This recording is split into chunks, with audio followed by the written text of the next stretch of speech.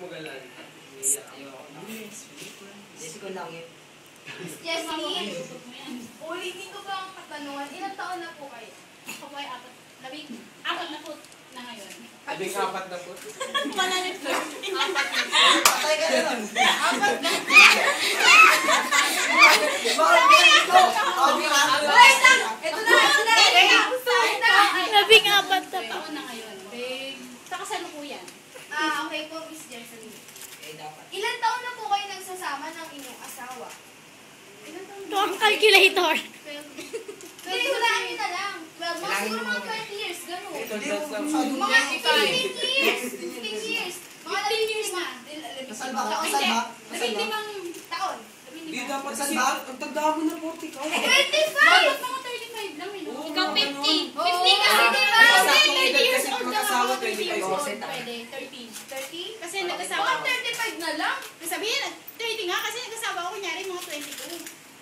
Hindi, ano yun, anak mo, 7 lang. Pwede kahit paano kaya yun. Hindi, taong gulang lang. Kasi edad ba yung magkakaanak? Hindi kasi estimate natin sa panganay. 17. Mga estimate natin sa panganay. 35. So yun na. 35 Ulitin ko mga na. 10 ko. Okay naman yan. Hanggang 10. Ingay mo ha, Tommy ha. Ingay mo ha. Kakasuhan kita. Game! Miss Jesseline, ilang taon na po kayo? Ako po ay 35 taon ngayon. Ilang taon na po kayo nagsasama nitong asawa ninyo? Ano po, mga 15 taon na. Maaari niyo po bang ibuod at magbigay ng dahilan bakit niyo po inireklamo itong asawa ninyo? Kasi po, nung una, maganda naman po yung pagsasama namin. Maayos po. Maano pa siya sa mga anak namin. Pero nitong mga nakalipas lang, nag-umpisa na uminit yung ulo niya, naging kasenggo na siya hanggang malakit na siya sa akin. Itong huling pangyayari, sinaktan niya po yung anak namin may kapansanan. Sinuntok niya yon. Sinuntok niya ang kanyang anak! Ayan May mo, mga okay ganun expression si Abby, di ba? Ilang taon? Bunso, yung pinakabunso. Sabihin mo na lang pinakabunso. Ilang taon ba? Ilang taon? Ilang taon ba? Ilang taon yun? Ano? Ako nga magbabasa. Ano, namatay o Nakawa ko ba yan? Ayun. Oh, di ka ano natin ang murder mo nga. Murder mo homicide. Pwede yung kasuhan, pero Homicide naman sa bahay. Hindi. Hindi naman yun ang daspat eh. Hindi naman ang daspat eh. Yung Kumbaga prostrated, parang- pwede yung prostrated homicide. Hindi, pwedeng ano? Prostrated Kumbaga na homicide, ano? pwede. Child abuse, di ba? Nagdabisil, pero makukulong ba siya hanggat hindi naman ako nag-demand? Reklamo. Oo, pwede mo siyang inimanda na. Hindi nga ako Child Hindi nga, nag-demand pwede kasi na, nga, pwede na Siyempre, ikulong. hindi ka naman. kami pa rin ang magkasama eh. Hindi, pwede naman yung ikulong kasi di ba binago. Hindi, pwede ikulong. Pwede ko sabihin Pwede na. kulong Pwede kung na. may Kung ano, Hindi, yung dahil ano? na-edad yung bata, pwede Mga din anak, sa mga anak. DSWD. Hindi, kahit walang ano yan. Pwede ikukulong talaga siya kahit wala ka ng reklamo. Kasi bata yan eh. Pinatay Bata ko. yun. Pinatay. Pinatay sa Ay, mga ano lang eh. Hindi, ano siya, may sakit na siya. Tapos, Dalawang taong nasuntok, gulang nawalan ng ata. malay. Ako nga magbabasa. Eh, kumbaga nabagok. Parang hindi, kasi nawalan siya ng malay. Tapos kaya siya nagkaroon ng malay. O tingnan mo to, bunso, di ba? Oo. 2 anyos! Yun, namatay na siya. Nangihingi na pagkain. Ikukulong siya. Namatay yung anak. Oo, Nasaan namatay yung yung mga anak. Hindi, hindi pwede. Ito, ayan yung ano namin. Yung pamagat na gagawin namin. Okay, ano lang eh.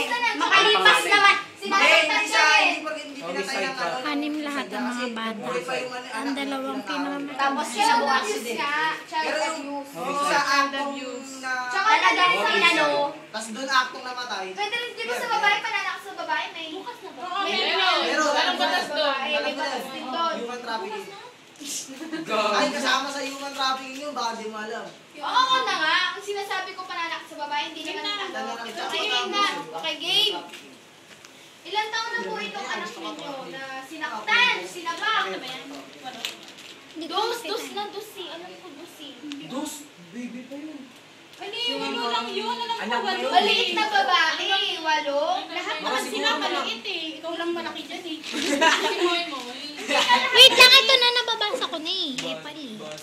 Lama ka eh, pala. Sige, magreklamo ka. Bakit? Game na. Mawala eyeliner. Ano pang wala na? Pag ako nawala na lipstick. Ikaw tayo Ako kulong ka, attorney. Ocho. Ano, sabi sa inyo, 8 taon eh. Oh, ang dahilan si Moymoy 8 anyos at sakitin. Okay. Ilan taon na po itong sinasabi ninyong anak na sinaktan, sinapak, itong napakawalang hayaan yung asawa? Siya ay 8 taon na. 8 taon na siya. 8 taon. Napakabata. Napaka-irresponsible pala na itong ama na to. Sinaktan ng kanyang walang kalaban-laban na anak. Hindi pa nga tinatawag nun eh. Kaya hindi pwede malaki si Ami. Ngayon, Mrs. Kamusta na Jess, yung bata? Banda siya dun kasal sa po ba kayo ng inyong asawa? Siyempre kinakwento eh. Kung ano ang ginagawa niya. Tama yan, magandang matagal dyan. Oo, Carmen, baon. Kasal na po ba kayo na itong asawa ninyo? Kasal na sila. Kasal dyan. O sige po. Nakarinig. Dapat hindi. I've heard enough. Kasi mahirap lang sila eh. Dapat sabi mo hindi kami kasal. Pwede rin kasal, Hindi, pwede sabi. kasi kung unang Kasi panahon yung niya, panahon- lahat nagsasama kasal. Oo, Kasi ang binanggit na dyan, asawa na, di ba? Okay, ito na. Ang tinatag lang ngayon, kahit hindi Okay. ka Po, Mrs. Jesseline, sapat na po ang aking narinig galing sa inyo. Tawagin naman po natin ang nirereklamong asawa. Pakinggan natin. Ayan na. Anjo! Face to face. Ayun, pakan mo na. Anjo! Na, oh, sabi na ako. Sige, saktan mo. Sabihin mo! Sabi mo, alak-alak mo, let-let na anak namin. Yan, yan mo. Sabi dyan. Ibuhos mo! Ibuhos mo! Sabi dyan, may mga bouncer. Dalawa na roll mo, bouncer namin. Kaya inaawat siya. Sabi mo kayo kayo na. Dalawa na roll niya. Sa sawera? Kakahilo naman to.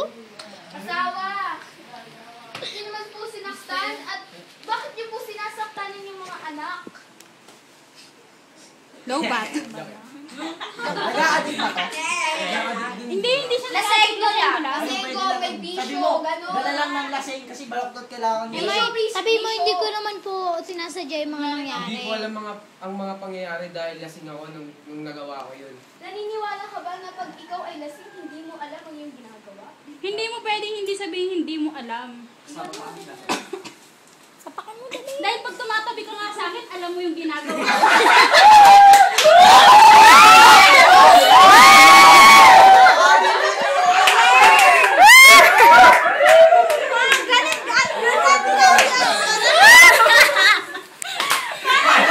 Next na! Part natin! Sabi mo kaya mga naka-anim na anak? Tapos pag-corny, no? Kaya ka nga nakaalim na anak, ibig sabihin nun, wala kang kaalam-alam. Okay! Tama na ako.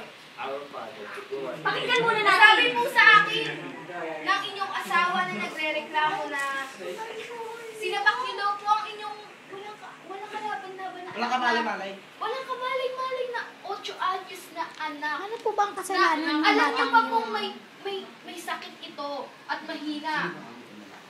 Bakit niyo po nagawa ito? Ikaw, nag-iisip ako sa gito. Sabi mo, todo tanggi ka lang, hindi ko naman po sinasadya yung mga nangyari. Hindi ko talaga alam ang mga pangyayari Hindi dahil mo nasa ilalim sinasadya. ako ng nasa ilalim ako ng Aking kalasingan. ng aking ng epekto ng aking kalasingan.